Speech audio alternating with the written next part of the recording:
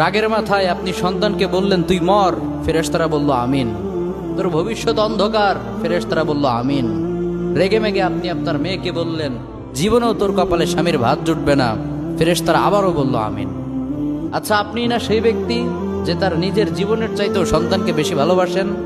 আপনি না সেই ব্যক্তি যে তার সন্তানের জন্য হাসতে হাসতে নিজের জীবনটাও দিয়ে দিতে পারেন? আপনি না সেই ব্যক্তি যে আল্লাহর কাছে নিজের চাইতেও সন্তানের জন্য বেশি দোয়া করে? তাহলে কি করে নিজের হাতে নিজের সন্তানের এত বড় ক্ষতি করতে পারলেন? Doesn't make any sense. Common sense বলতে কিচ্ছু নাই আপনাদের? আপনারা কি জানেন না আপনাদের রাগের মাথায় বদদোয়া করাগুলো ফেরেশতারা আমিন বলে? দাওয়াতুল ওয়ালিদ আলা ওয়ালাদি, বাবা মা তার সন্তানের জন্য যেই দোয়া করে সেটা ভালো হোক কিংবা বদদোয়া হোক, আল্লাহ সেটাই কবুল করে নেয়।